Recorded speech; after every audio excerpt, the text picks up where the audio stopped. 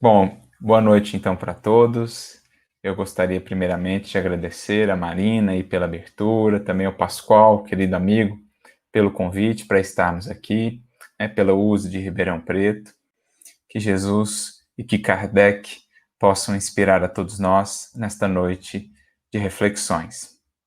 E nós partimos então para refletirmos sobre essa figura inesquecível do codificador, de uma mensagem do Espírito de Verdade que se encontra em o Evangelho segundo o Espiritismo, no capítulo 6, Cristo Consolador.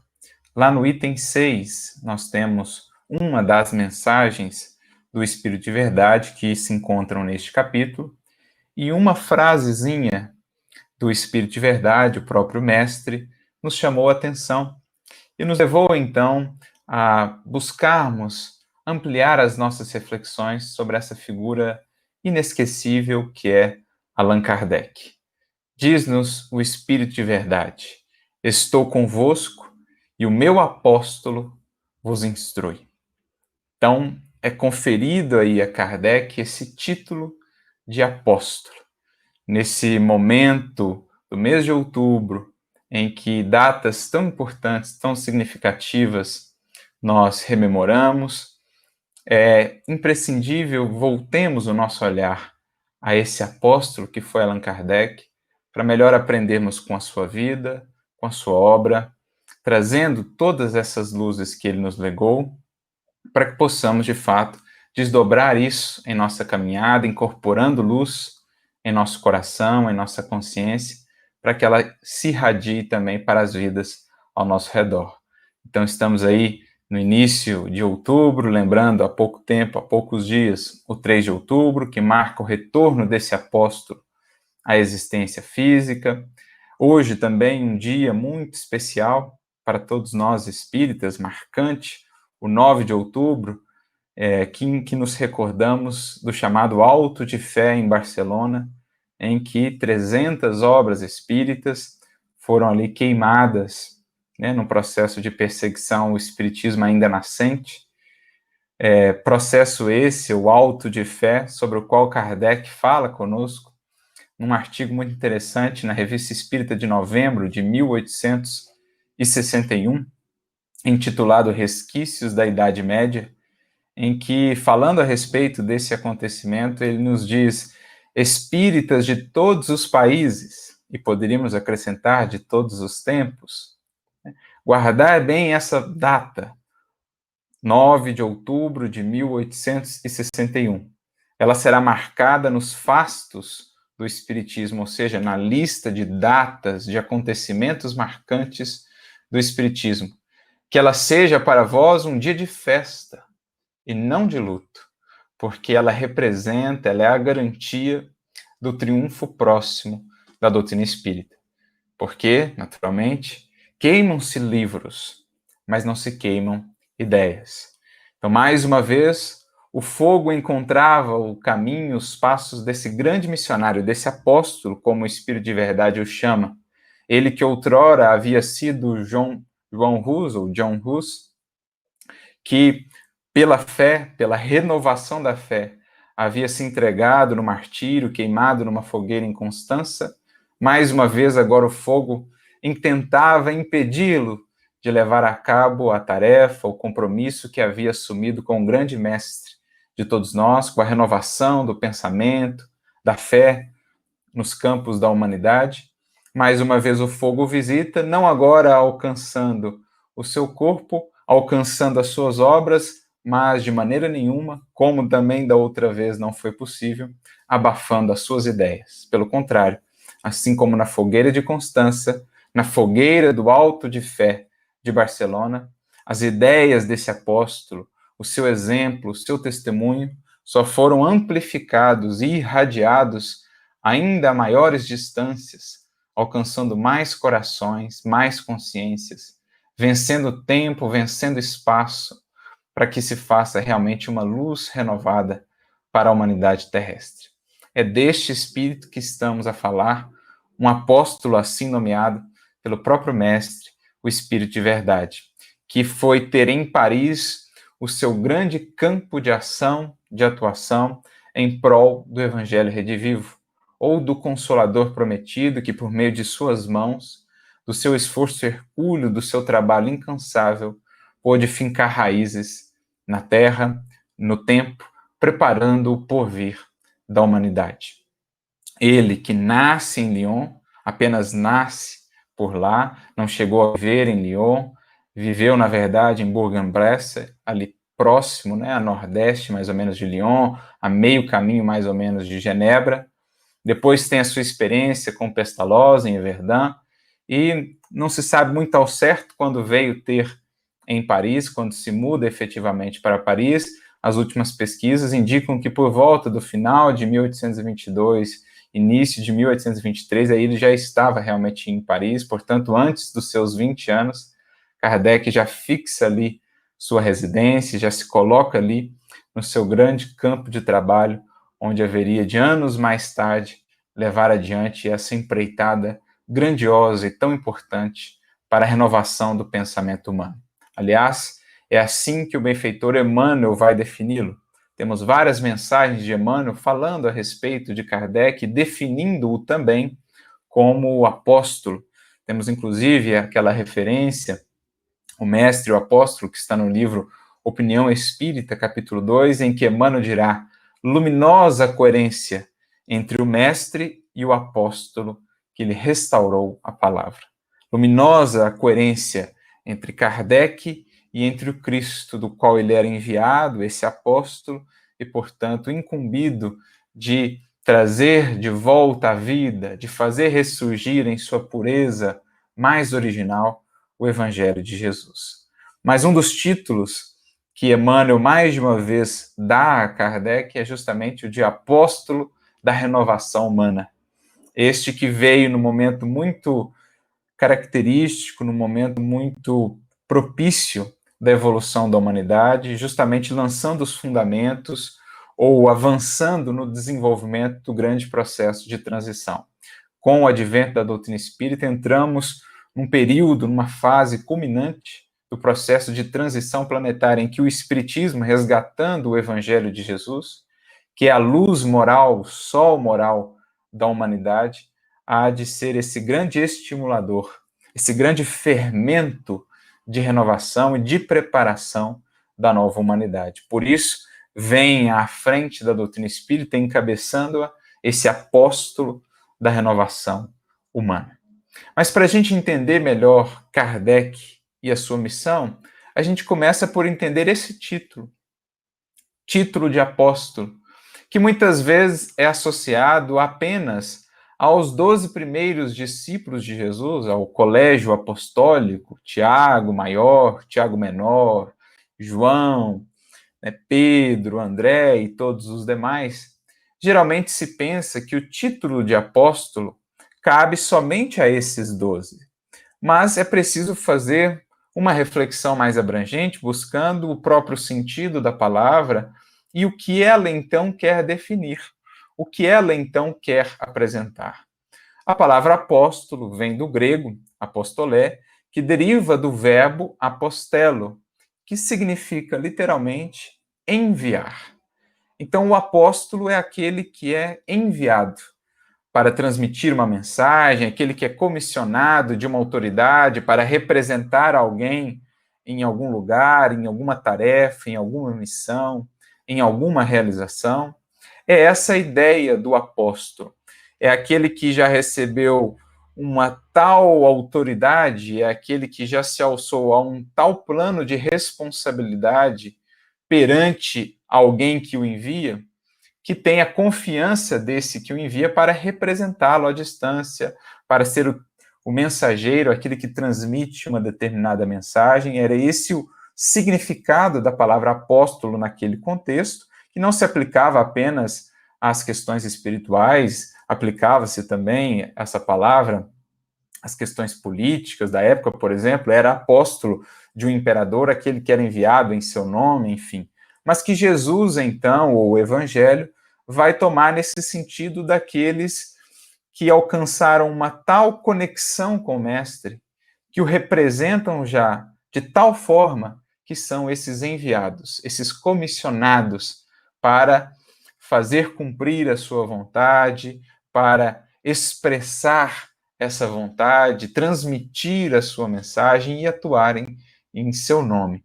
Então, é preciso a gente entender esse contexto mais abrangente que envolve a palavra apóstolo, porque a gente vai entender como ela é aplicada também para além do círculo desses 12, a todos aqueles que se alçaram a um plano de vivência e de testemunho muito significativo. Nós temos um Eurípides Barçanufo, que é um apóstolo da caridade, vamos ter um Leon Denis, que é um apóstolo do espiritismo, ou seja, esse título vai definir aí um discípulo que está alcançando, ou que alcançou, culminâncias de trabalho, de testemunho, de entrega e de vivência. Porque, afinal de contas, o primeiro título que lá o grupo dos 12 recebe, cada um deles, é o título de discípulos. Ao final, depois de mais experientes, de tendo aprendido mais com o Mestre, aprofundado a sua experiência com Cristo e acrisolado os seus valores, a sua fé e a sua virtude, são eles, então, denominados apóstolos. De modo que a gente poderia fazer uma associação aí entre discípulo e apóstolo, entendendo no apóstolo o discípulo que alcança culminâncias. O discípulo já trabalhado pelo tempo, pela experiência, pelas lutas, pelos desafios da vida, e que se forjou, então, nessa experiência mais profunda com o Cristo, no nosso caso, da nossa reflexão, aquele que já aperfeiçoou-se à luz dos desafios, acrisolou a fé, imprimiu de maneira mais patente as marcas ou os traços de Jesus em si, é o discípulo, então, que se converte no apóstolo, e que é, então, esse enviado, no sentido mais original aí do termo e da palavra. Assim, a gente vai compreendendo esse título que é também conferido a Allan Kardec, tanto pela incumbência que lhe foi apresentada, ele foi dada pelo mestre, como também pela exemplificação, pelo cumprimento adequado e fiel dessa missão que lhe foi outorgada por Jesus, a de trazer à Terra o Consolador prometido, naturalmente com auxílio dos Espíritos, com auxílio de outros corações que se juntaram ao seu em torno desse ideal, mas sendo ele essa figura proeminente, esse apóstolo mesmo da causa do resgate do Evangelho do Cristo e da abertura de um novo tempo, de uma nova era para a humanidade, a era do Espírito, a era da consciência espiritual. Esse é Allan Kardec, assim e com justiça definido, apóstolo. Para a gente aprofundar ainda mais o nosso entendimento do que seja um apóstolo ou uma vida apostolar, nós nos recordamos de uma mensagem de Emmanuel. Tivemos um pequeno probleminha com a internet, esperamos que tenhamos retornado, mas, como dizíamos, no capítulo 57 do livro Fonte Viva, nós temos uma mensagem do nosso querido benfeitor Emmanuel em que ele discorre justamente sobre os chamados apóstolos. Não somente os 12 que lá tivemos, mas todos esses, e não só no campo da religião, mas todos esses que ao longo dos séculos, em seus esforços, em seus empenhos, nos horizontes que abriram para a humanidade, se configuraram como apóstolos. Tivemos também apóstolos na ciência, apóstolos na filosofia, apóstolos na arte e apóstolos na religião. Então, ao definir o que é um apóstolo, Emmanuel vai dizer assim: o apóstolo é o educador por excelência. Alguma correlação com a vida de Hippolyte Léon Denis Rivail? Vida esta que esteve antes da sua dedicação exclusiva à doutrina espírita, vida essa que esteve quase que inteiramente dedicada ao Ministério da Educação, à tarefa, à missão do educar, do ensinar, da pedagogia, ao que ele havia aprendido ali, desenvolvido com Pestalozzi, mas que certamente já trazia de longa data em seu espírito esse foco na educação das almas, na educação dos espíritos. Então, essa é uma característica do apóstolo. Ele vai estar comprometido com a educação das almas, no sentido abrangente, não simplesmente a intelectualização, não simplesmente a instrução formal ou apenas a transmissão de conhecimentos, mas a educação no sentido integral, como Kardec tanto gostava de falar em suas obras, a educação moral, a renovação, a construção de hábitos salutares, de novos hábitos, né? O desenvolvimento, o aperfeiçoamento moral da criatura, dos seus sentimentos, ou seja, do ser integral. Esse é o grande compromisso do apóstolo. Atue ele em que área for, é um espírito que vem ao mundo com essa incumbência recebida das esferas superiores de ambientar na Terra, de trazer para a Terra novas perspectivas, novos horizontes de educação, de sublimação das almas, no sentido integral. Há inclusive uma outra mensagem de Emmanuel no livro Harmonização, capítulo 6, intitulada Profetas e Apóstolos, em que, mais uma vez, falando dos apóstolos, que são aqueles que enriquecem, de fato, os patrimônios da humanidade, são os apóstolos aqueles que recebem, se sintonizam, né, com as ondas, com as faixas das esferas superiores e que então ambientam esses conhecimentos, esses recursos, essas luzes que recebem do alto, os ambientam no planeta, né, aqui na Terra. E, naturalmente, os plasmam, né, transformam isso em serviços inestimáveis às coletividades terrestres. Essa é a definição que Emmanuel nos apresenta também nessa outra mensagem. Um apóstolo é aquele que está tão sintonizado com essas esferas mais adiantadas, porque isso já representa aí ganhos seus, conquistas desse espírito ao longo dos séculos, em termos de aprendizado, de testemunho, de vivência, que ele é, então, essa antena psíquica habilitada a recolher essas ondas, essas faixas vibratórias das esferas superiores e a ambientá-las no planeta Terra, aqui em meio à sociedade, em meio à humanidade. Naturalmente, também plasmando tudo isso na forma de serviço, de realização de algo concreto, não é simplesmente teoria. Então, voltando aqui à Fonte Viva 57, o apóstolo é o educador por excelência. Nele residem a improvisação de trabalho e o sacrifício de si mesmo. Então, o esforço, o trabalho e o sacrifício de si mesmo para que a mente dos discípulos se transforme e se ilumine rumo à esfera superior. Então, aquilo que nós falávamos, o apóstolo já representa as culminâncias do discípulo, que passa então a orientar, a estimular outros discípulos para que avancem, como ele também, em direção ou no rumo dessas esferas superiores da vida, no rumo de novos horizontes de entendimento e de vivência. Esse é o apóstolo, aquele que conjuga em si o trabalho, o sacrifício pessoal, para que essa obra que começa aí no campo do pensamento, ela se materialize e ela se converta em muitos frutos. Todas essas sementes que por ele são trazidas se convertam em muitos frutos para a humanidade, para muitos corações. Esse é o apóstolo. E aqui não poderíamos deixar de nos recordar das palavras do próprio codificador, lá num artigo também da Revista Espírita, de junho de 1865, em que ele fala ali da caixa, né, um relato sobre a caixa do Espiritismo.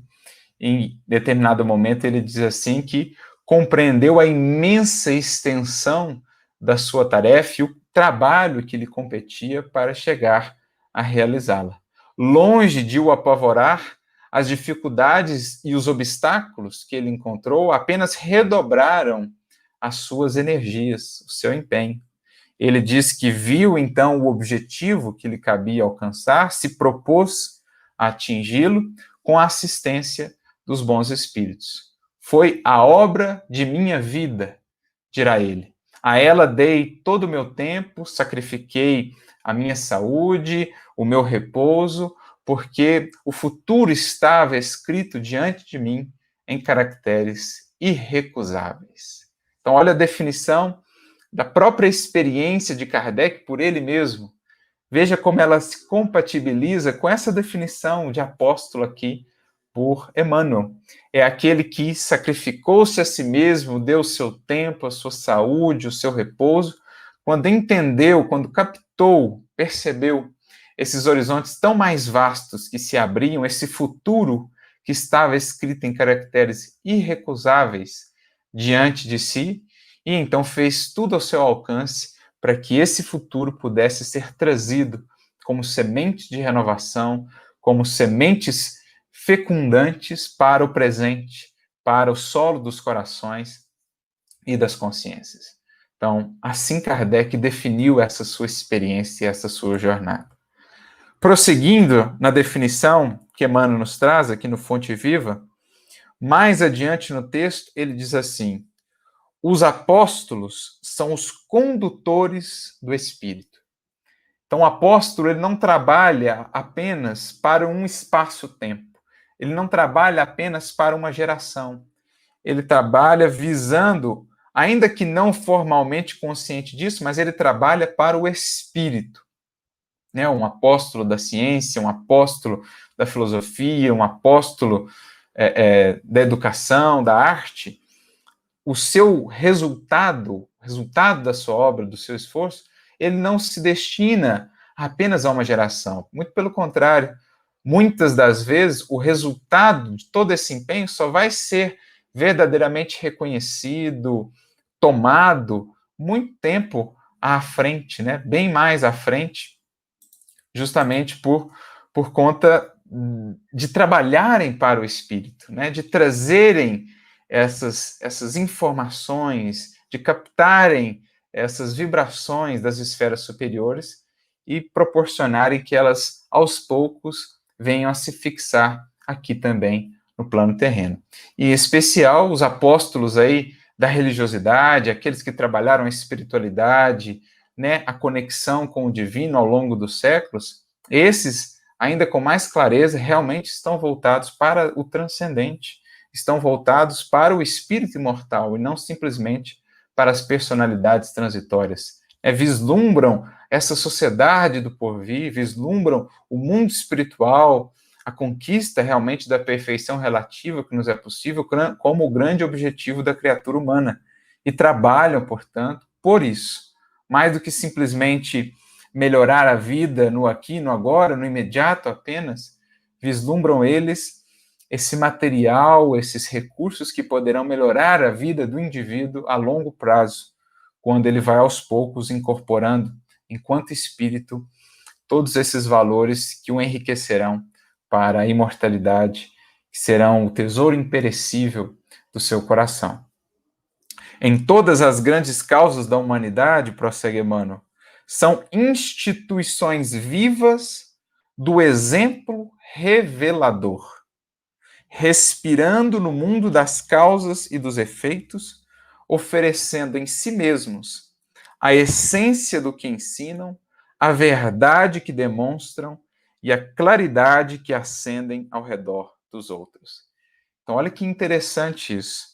São instituições vivas do exemplo revelador.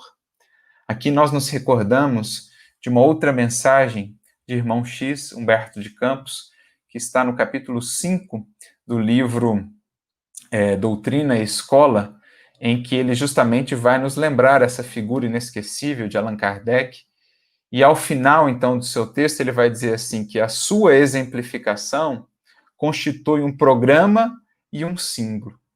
Então, a exemplificação de Kardec é um programa a ser por nós levado adiante, concretizado em nossas vidas, mas também um símbolo, um norte, né, um referencial. Conquistando a auréola dos missionários vitoriosos, não foi inserido, né, não foi colocado ali junto à galeria dos grandes do mundo apenas porque indicasse um caminho salvador à humanidade terrestre. Não apenas porque ele indicou. Prossegue, irmão X, Allan Kardec não simplesmente pregou a doutrina consoladora, viveu-a. Não foi um simples codificador de princípios, mas um fiel servidor de Jesus e dos homens. Então é exatamente isso que Emmanuel está aqui trazendo para nós. Falando dos apóstolos das grandes causas da humanidade, na qual, certamente, né, nessa galeria, está ali incluído Allan Kardec como um dos mais importantes pela riqueza de valores espirituais que trouxe à humanidade terrestre. Por ora, talvez ainda não devidamente compreendida pela maioridade das criaturas aqui na Terra, mas que, sem sombra de dúvidas, com o passar dos séculos, se engrandecerá cada vez mais diante do entendimento da humanidade terrestre como um todo. Então, Kardec não foi incorporado a essa galeria dos grandes simplesmente porque apontou caminhos, como tantos filósofos, pensadores e etc. fizeram, quando suas vidas muito distantes estavam desse caminho. Era um caminho não percorrido, apenas apontado. Kardec, ao contrário, não apenas transmitiu, divulgou essa doutrina consoladora, mas viveu-a. Portanto, foi uma instituição viva do exemplo revelador. Uma grande chave de entendimento da doutrina espírita nós a temos na vida de Kardec, que a reflete em sua beleza, em sua grandeza, em sua racionalidade, em sua lucidez. Nós vemos obra e autor se fundirem nessa eloquência de uma mensagem que se faz viva na vida daquele que a transportou. Essa é a condição de um apóstolo. Ele respira, diz aqui Emmanuel, no mundo das causas e dos efeitos. Então ele respira no mais alto, ele não está preso apenas à circunstancialidade aqui da experiência material. Ele não vive, ele não caminha com as vistas estreitas de quem só enxerga o passo logo ali adiante, de quem não consegue erguer a sua visão, projetar essa visão para além do túmulo, alcançando o infinito, alcançando esse contínuo da vida. O apóstolo ele se projeta além, ele não se restringe às sombras dos sentidos, ele não se restringe ao círculo muito estreito da materialidade, ele já respira nesse plano das causas e dos efeitos, da imortalidade, da vida sem fim, que ele então busca trazer para a experiência material, preenchendo o tempo de eternidade, preenchendo a materialidade de espiritualidade, preenchendo as sombras dos sentidos e as limitações humanas de mais luz, de mais alcance. Essa é a vida do apóstolo, né? Oferecendo em si mesmos a essência do que ensinam. A gente vê em Kardec perfeitamente a essência do que ele ensinava. A fé, a resiliência, a caridade. Quanto mais se conhece a biografia de Kardec, com os novos documentos que têm surgido, com os novos horizontes que se têm aberto nessa pesquisa, quanto mais se conhece a vida de Kardec, mais se vê como essa essência do que ensinava estava em si, na sua vida. Tanto do ponto de vista dessa clareza de raciocínio, desse critério de racionalidade e bom senso que ele tanto afirma na doutrina espírita, nós o vemos nele próprio, aplicado nele próprio. Né? Eu gosto muito de uma frase de Delian, que está lá na pequena biografia, no livro Obras Póstumas, quando Delian, ao definir Kardec, o define como uma pujante inteligência, capaz, assim, de congregar, de reunir materiais tão diversos, triturá-los todos, transformá-los, a fim de, em seguida, os espalhar como orvalho benfazejo por sobre as almas desejosas de conhecer e de amar. Então, essa pujante inteligência, marcada por uma lucidez, por um bom senso incomparáveis, que soube receber tanta informação, filtrar tudo isso, processar. Tivemos aí uma outra quedazinha da internet, mas já estamos de volta. Então, triturando tudo isso, removendo tudo que era cascalho e ofertando o diamante, né, os diamantes preciosos do conhecimento espiritual. Como diz também lá Delian, fugindo de uma linguagem muito familiar, ou seja, de uma linguagem muito rústica, mas também fugindo dos excessos da prolixidade da metafísica ou da filosofia, né, principalmente do seu tempo, ele consegue, ao mesmo tempo, ser claro e profundo, sucinto, sintético, sem perder em grandeza, em eloquência, em clareza, em didática.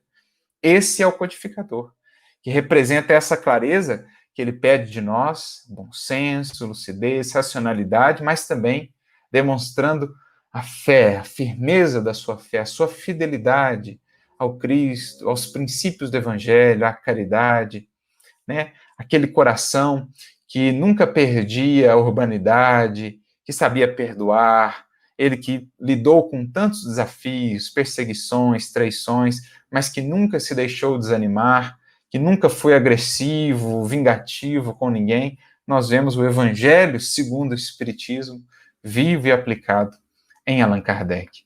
Por isso, os próprios espíritos dirão a seu respeito, como São Luís, por exemplo, no livro Obras Póstumas, naquela parte em que se fala lá da imitação do Evangelho, né, o primeiro título do Evangelho segundo o Espiritismo, algumas mensagens que ele recebe ali, que dizem que quando foi escolhido, os espíritos sabiam da solidez das suas convicções e que a sua fé, qual muro de aço, resistiria a todos os ataques. E mais adiante ele prossegue: prepara-te para a luta, meu amigo. Tenho, porém, fé em ti, como tu tens fé em nós. E sei que a tua fé é daquelas que fazem caminhar por sobre as águas e transportar os montes.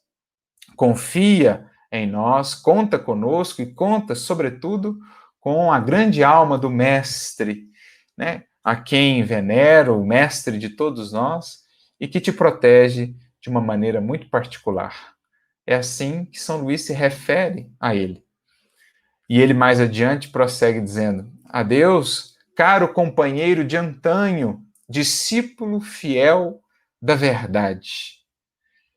Discípulo fiel da verdade, que continuas, né, através da vida a obra a que outrora, diante do Espírito que te ama e a quem eu venero, juramos consagrar as nossas forças e as nossas existências até que se achasse concluída.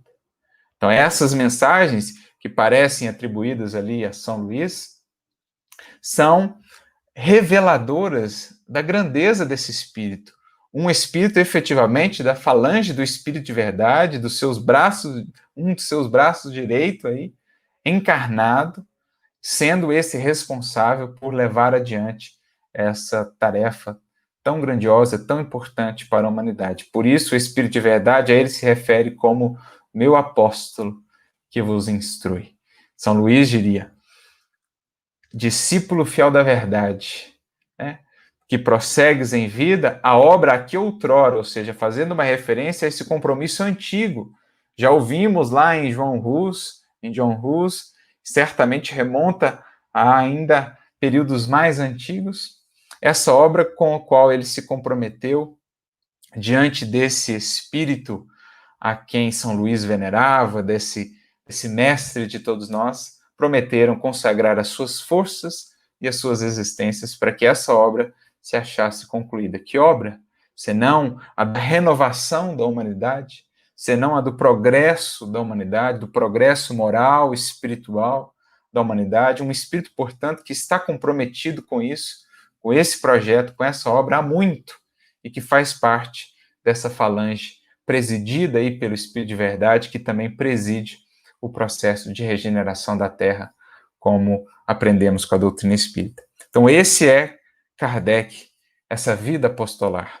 Voltando ao texto de Emmanuel, lá no capítulo 57 do livro Fonte Viva, ainda falando sobre os apóstolos, Emmanuel diz: neles surge a equação dos fatos e das ideias, de que se constituem pioneiros e defensores, através da doação total de si próprios a benefício de todos.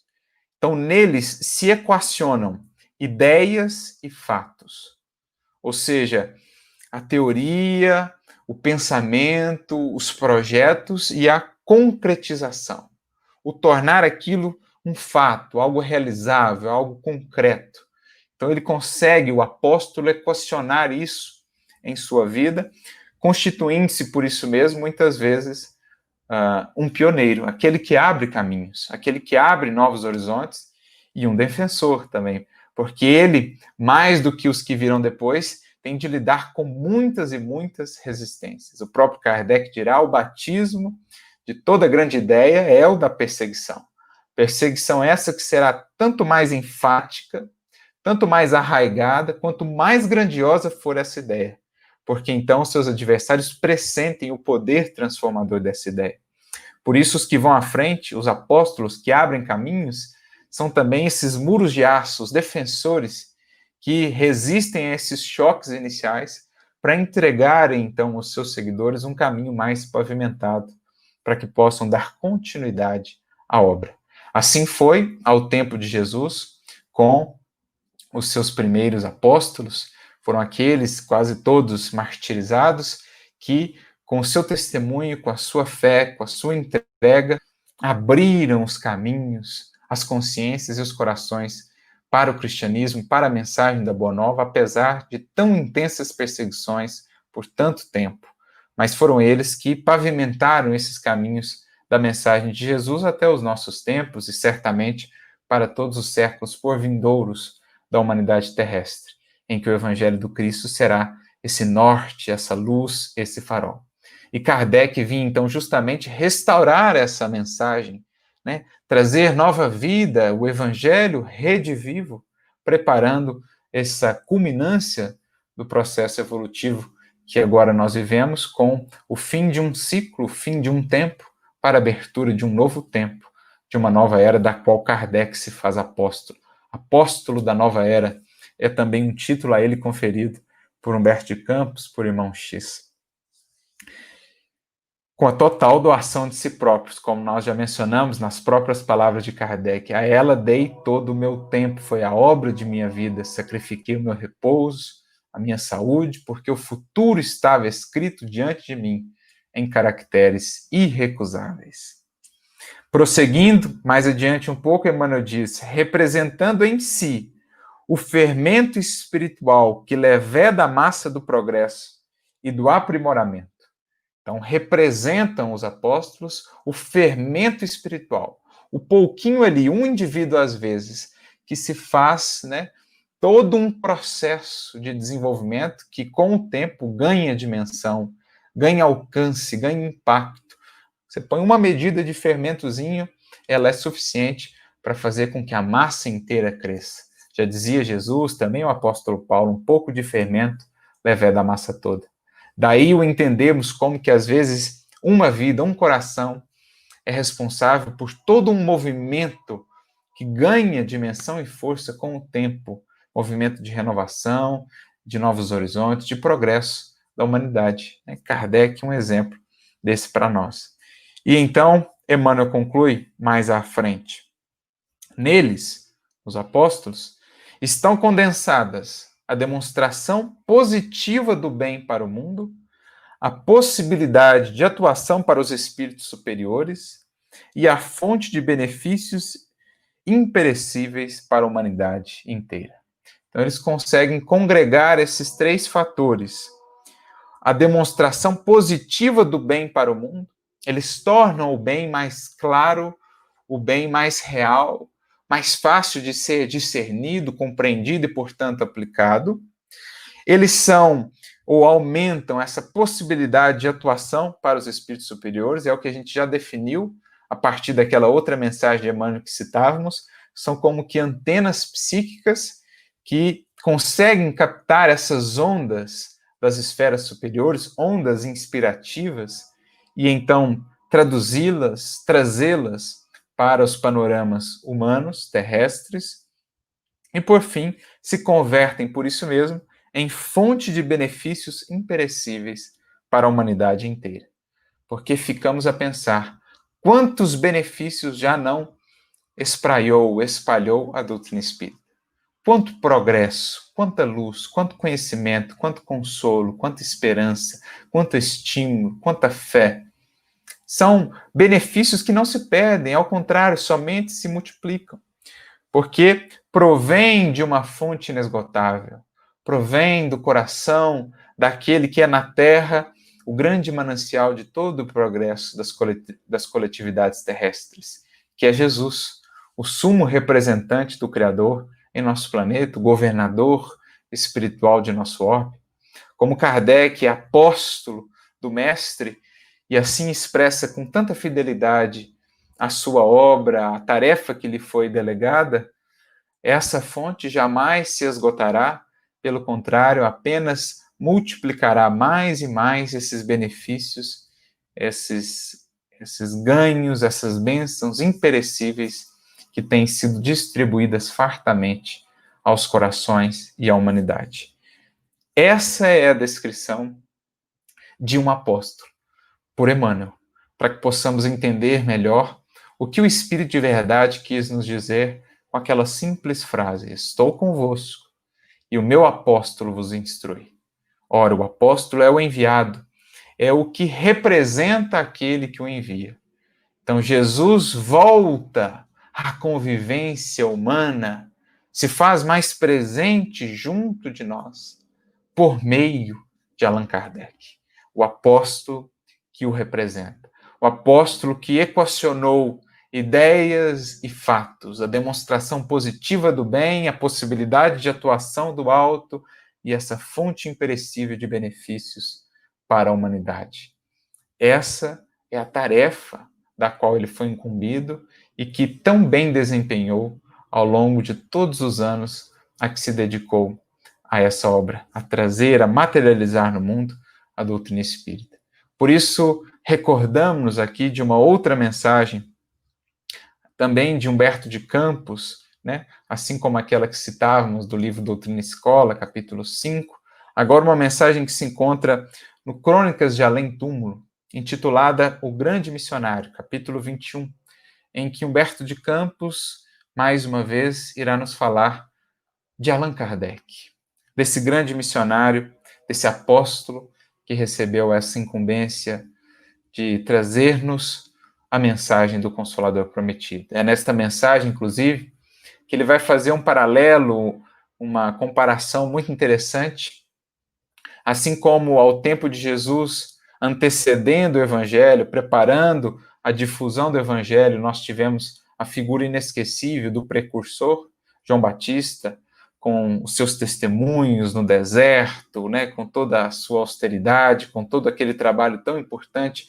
de preparação de caminhos para Jesus e para o Evangelho. Assim também, antecedendo o Evangelho redivivo, a doutrina consoladora enviada por Jesus à humanidade terrestre, nós temos o precursor Allan Kardec, também com seu sacrifício, com a sua exemplificação, nesse paralelo entre João Batista e Allan Kardec. Tendo agora por retiro, não a terra brava e estéril da Judéia, mas sim o deserto de sentimentos das cidades tumultuosas. Então, muito interessante esse paralelo que Humberto de Campos faz aqui para nós entre João Batista e Kardec, precursores do Evangelho. E nesta mensagem, em determinado momento, dirá-nos aqui Humberto de Campos acerca da figura de Allan Kardec, né? Figura essa que não podemos esquecer. Em determinado momento, ele diz assim para nós. Só encontrar aqui. Sua vida de homem está repleta de grandes renúncias e sublimes dedicações. Nunca os insultos e as ações dos traidores lhe entibiaram o ânimo de soldado do bem. Nós recordamos daquele diálogo, daquelas orientações que Kardec recebe do Espírito de Verdade, que estão lá registradas no Obras Póstumas também, no subtítulo lá, Minha Missão, quando o Espírito de Verdade lhe esclarece qual seria o teor da sua tarefa, que estava em suas mãos aí, bem cumpri-la ou não, que estava no seu querer aceitá-la ou não, mas diz ele que a tarefa dos reformadores é preenche de obstáculos, de desafios. Tivemos aí mais uma quedazinha da internet, mas já estamos de volta. Então, retomando lá, o Espírito de Verdade lhe diz, né, que não lhe bastaria publicar obras e descansar, pelo contrário, teria de se expor, lidaria com perseguições, com traições, com incompreensões, vai descrevendo o teor bem difícil da tarefa que lhe competia. Diz, inclusive, que se a aceitasse, viveria menos, porque se não a aceitasse, viveria mais na matéria. Mas, depois de tudo isso, Kardec se coloca então como servidor, roga auxílio ao alto para que pudesse levar adiante essa tarefa e a fez com todo o denodo, com todo o valor, com todos os méritos. E é interessante que o próprio Kardec depois acrescenta uma nota, 10 anos mais tarde, mais de 10 anos depois, em 1867, uma nota acerca dessa previsão do Espírito de Verdade acerca da sua tarefa. E ele diz, olha, tudo o que ele afirmou para mim, tudo o que ele descreveu ali, de fato, aconteceu. Eu experienciei as calúnias, os ataques, as traições, as incompreensões, as dificuldades sem conta, materiais e espirituais, mas ele diz também que nunca o auxílio do alto lhe faltou. E que por isso mesmo em nenhum momento desanimou, se abateu, pelo contrário, ganhava mais e mais forças. E ele diz que estaria sendo injusto se dissesse que houve ali uma equiparação entre o mal com que teve que lidar e o bem que acabou recebendo, porque o bem foi imensamente maior, o bem moral, a satisfação do dever cumprido. Por isso, tudo aquilo que ele passou foram simples arranhões diante de tudo aquilo que pôde ser feito, pôde ser realizado, e a consciência tranquila que essa tarefa, então, lhe proporcionava. Então é isso. Nunca os insultos e as ações dos traidores lhe entibiaram o ânimo de soldado do bem. Os espinhos das estradas do mundo não lhe trucidaram o coração, temperado no aço da energia espiritual e no ouro das convicções sadias que lhe povoaram toda a existência. Olha que bonito isso. Coração temperado no aço da energia espiritual e no ouro das convicções sadias que lhe povoaram toda a existência. Lembra lá a palavra de São Luís para ele? A tua fé é qual muro de aço. Sabíamos da solidez das tuas convicções. Esse é Allan Kardec, um coração temperado e trazendo já em si muita riqueza, o ouro das convicções sadias. Me recordo, inclusive, de um outro relato de Humberto Campos, que está no livro Cartas e Crônicas, capítulo 28, em que ele fala das preparações ali da encarnação de Kardec, inclusive de um contato dele com Napoleão, que já estava encarnado, que tinha uma tarefa preparatória, e conta-se, então, de uma reunião no mundo espiritual, em que estavam ali presentes vários espíritos, artistas, pensadores, filósofos, espíritos luminosos, outros de mediana hierarquia, acompanhando esse processo. E um dos espíritos que desce, então, das mais elevadas esferas era justamente Kardec, que se preparava para reencarnar. Essa reunião se dá no finalzinho do século XVIII, e conta-se, então, que ele trazia uma tiara espiritual. É interessante essa tiara espiritual, essa expressão de ouro aí na sua, de uma coroa na sua cabeça, fazendo uma referência aqui a esse ouro das convicções sadias, ou da autoridade moral já conquistada por esse espírito, que era ali na reunião um dos mais belos, um dos que mais se destacava. O que nos recorda, inclusive, de uma passagem muito interessante, que está no Obras Póstumas, chamada Minha Tiara Espiritual, em que Kardec fala ali de uma experiência com uma médium, na verdade, uma irmã que tinha dupla vista, que falou que via em Kardec uma tiara espiritual. Muito interessante o diálogo e as considerações que ele e ela travam ali. Então é isso, é esse ouro, já da auréola das conquistas morais, esse ouro já dos valores espirituais que ele trazia consigo. Prosseguindo aqui, Humberto de Campos diz, recordando a beleza perfeita dos planos intangíveis que vinha de deixar para cumprir na terra a mais elevada das obrigações de um missionário, sob as vistas amoráveis de Jesus, Allan Kardec fez de sua vida um edifício de exemplos enobrecedores.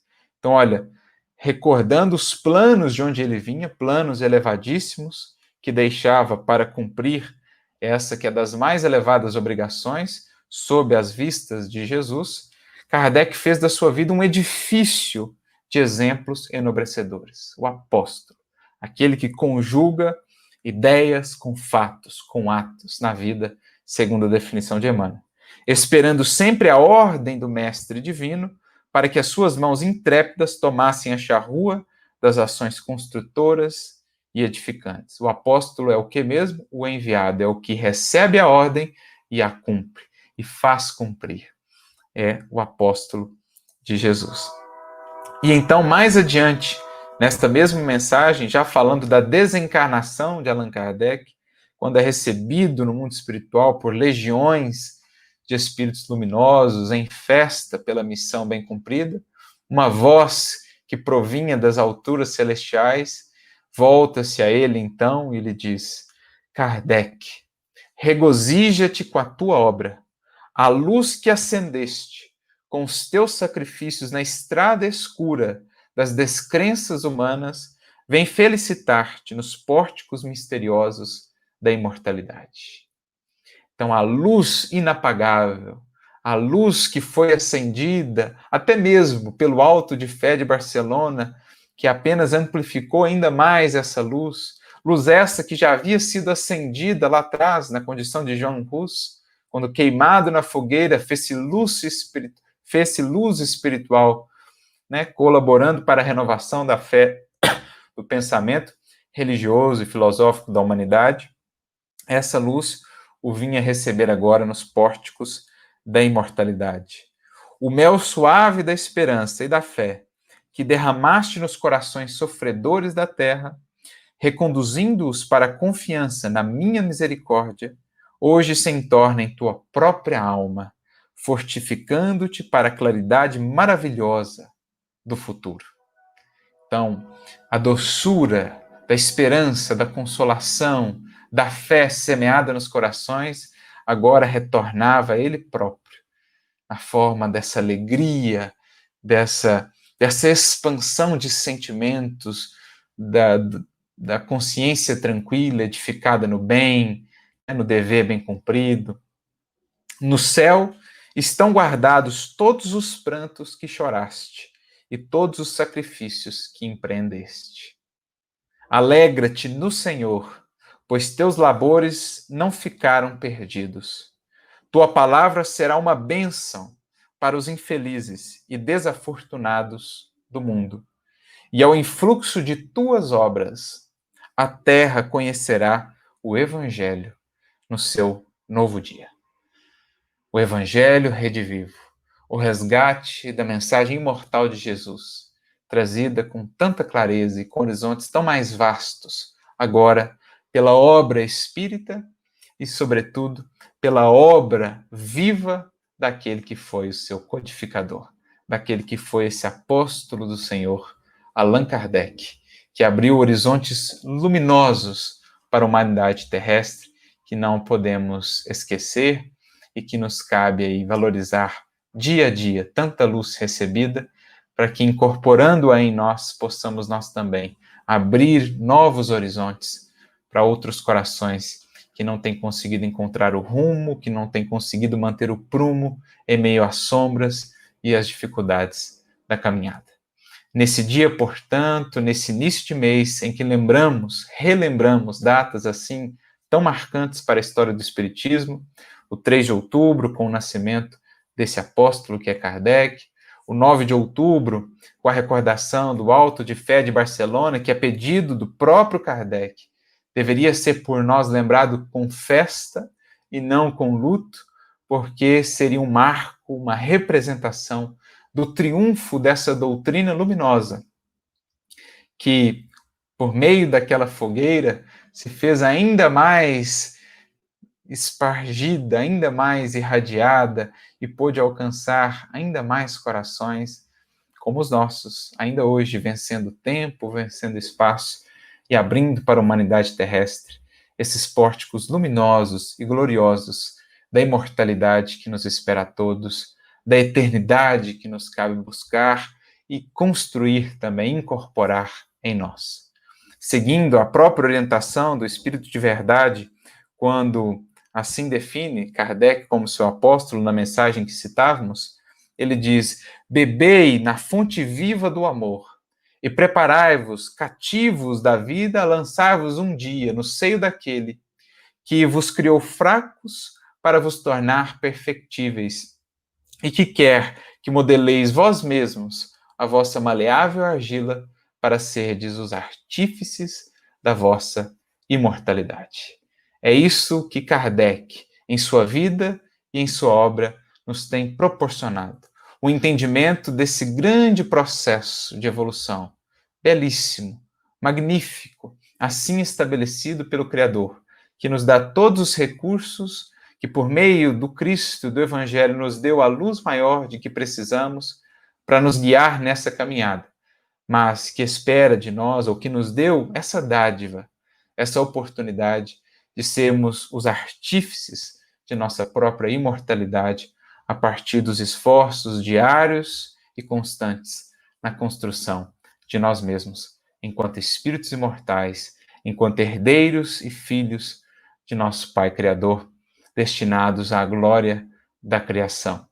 Que Jesus, portanto, e que Kardec nos abençoem, nos inspire, que esse exemplo seja para nós o referencial maior de lucidez, de clareza, de bom senso em tudo aquilo que pesquisamos e analisamos em nossos estudos espirituais, na interação, no intercâmbio com o mundo espiritual, mas que ele seja também para nós sempre esse referencial dessa fé qual muro de aço, dessa fé, dessa convicção sólida que o fez superar tantas dificuldades, mas também e principalmente desse coração que irradiava a mais alta de todas as virtudes, a síntese de todas elas, a caridade, como ele bem pôde definir, sem a qual não haverá salvação, não haverá evolução, libertação de nós mesmos. Um fraterno abraço para todos, muita luz na caminhada, que Jesus e que Kardec sigam sempre conosco.